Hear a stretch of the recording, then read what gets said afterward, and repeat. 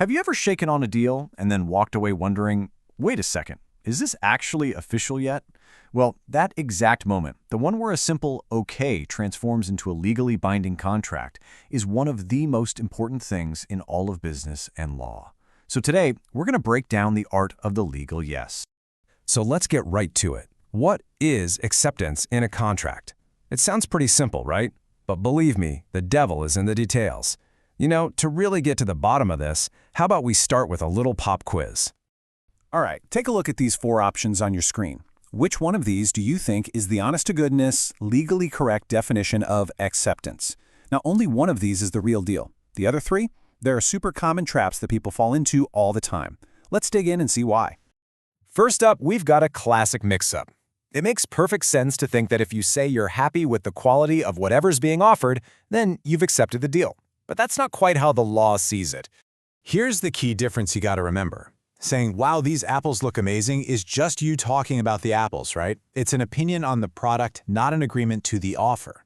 It's not the specific legal action that says, I officially agree to buy these apples for your asking price. So yeah, while quality is a huge deal, just commenting on it doesn't actually form the contract. Okay, next up is what I like to call the almost agreement trap. Oh man, this one trips up so many people because it feels like you're so close, like you're totally on the same page. But legally, you could be miles apart. And here's the crucial takeaway. In contract law, almost and close enough just don't cut it. If you say something like, I accept, but can you deliver on Saturday instead of Friday? As soon as you say but, you've actually just killed the original offer. You haven't accepted anything. What you've really done is made a brand new offer, a counter-offer. And that first deal, poof, it's gone. So what about this last one? This one's the most passive of the bunch. It's when you simply let the other person know you got their proposal. Yeah, this is a big one.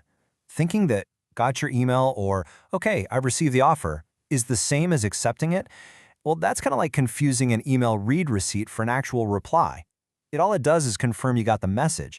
It says absolutely nothing about your intention to be legally bound by those terms. It's just a confirmation, not a commitment. Big difference. Okay, so we've kicked out all the imposters. We've seen that real acceptance isn't about checking quality, or getting most of the way there, or just saying you got the message. So, what is it? What is the magic formula that actually seals the deal? All right, here it is, the one correct answer, the legal key that locks everything in. Acceptance is a final and unqualified assent to the terms of an offer.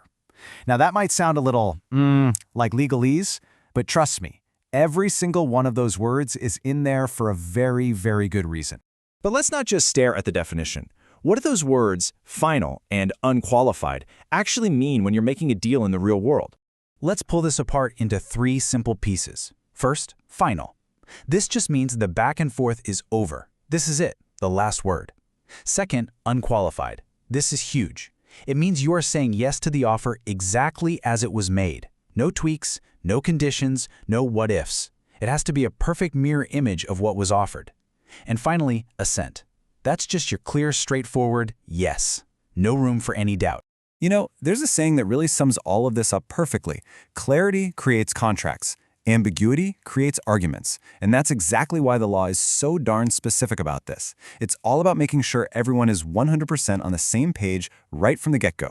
And look, this isn't just some academic stuff. This is about protecting yourself. When you have this kind of clarity, you avoid so many messy disputes down the road. It creates what lawyers call a meeting of the minds, where everyone knows exactly what they've agreed to. It's what makes the whole system of agreements work, and it keeps things fair for everybody involved. So think about it. The next time you're in a negotiation, or even just making plans with a friend, listen really closely. Listen for that clear, final, unqualified yes. Because now that you know the secret, I bet you'll be able to spot that exact moment. The moment a simple chat turns into a legally binding promise. Can you hear it?